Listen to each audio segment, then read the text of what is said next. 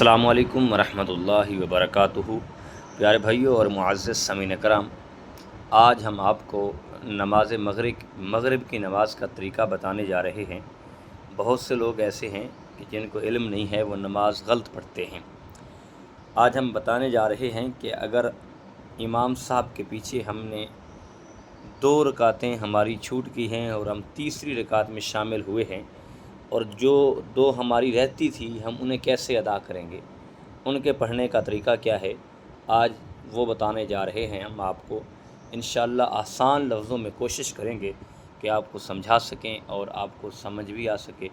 اور دیکھیں، سب سے پہلی بات تو یہ ہے کہ اگر آپ امام کے ساتھ تیسری رکعت میں شامل ہوئے ہیں، تو اب جب امام تیسری رکعت مکمل کر کے اتحیات پر بیٹھے گا تو امام اتحیات بھی پڑھے گا اور دعا بھی پڑھے گا اور درود پاک بھی پڑھے گا، لیکن آپ نے فقط اتحیات پڑھنا ہے، نہ ہی درود پاک پڑھنا ہے اور نہ ہی دعا پڑھنی ہے۔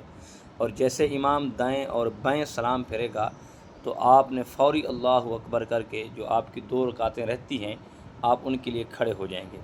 اور جب آپ کھڑے ہو جائیں گے تو اس کے بعد آپ سب سے پہلے ثنا پڑھیں گے، سبحانک اللہم و بحمدک و تبارک اسمک و تعالی جدک ولا الہ غیرک۔ اور اس کے بعد اعوذ باللہ من الشیطان الرجیم بسم اللہ الرحمن الرحیم پڑھنے کے بعد آپ سورۃ فاتحہ پڑھیں گے۔ سورۃ فاتحہ پڑھنے کے بعد اور کے ساتھ سورت ملائیں گے، اور اسی طرح پھر رکوع اور سجود کرنے کے بعد آپ پھر اتحیات پر بیٹھیں گے، کیونکہ دوسری رکعت میں اتحیات پر بیٹھنا واجب ہے۔ اور اتحیات پر بیٹھیں گے آپ، اس لحاظ سے تو آپ کی پہلی رکعت ہوگی، لیکن اصل میں آپ کی یہ دوسری رکعت ہے۔ آپ یہ پڑھ کر اتحیات پر بیٹھیں گے، آپ درود پاک اور دعا نہیں پڑھیں گے، اور پھر اللہ اکبر کر کے کھڑے ہو جائیں گے۔ اور اس کے بعد جو ہے پھر ہم بسم اللہ الرحمن الرحیم پڑھ کے سورۃ فاتحہ پڑھیں گے۔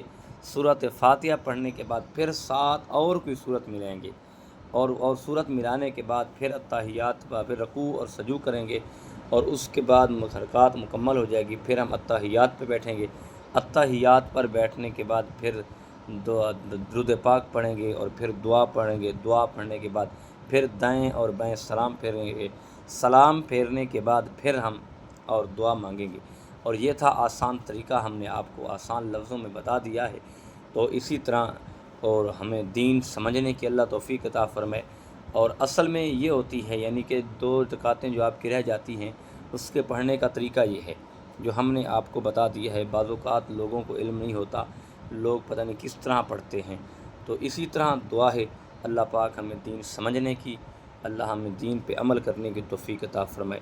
اور اس ویڈیو کو دوستوں تک شیئر کرے۔ اللہ پاک ہمیں نماز خوبصورت کر کے پڑھنے کی توفیق عطا فرمائے۔ اللہ ہم سب کا حامی و ناصر ہو۔ اللہ ہم سب کی مشکلیں آسان فرمائے۔ اللہ ہم سب کی پریشانیاں اور تکلیفیں دور فرمائے۔ اللہ ہم سب کے رزق میں برکت عطا فرمائے۔ السلام علیکم ورحمۃ اللہ وبرکاتہ۔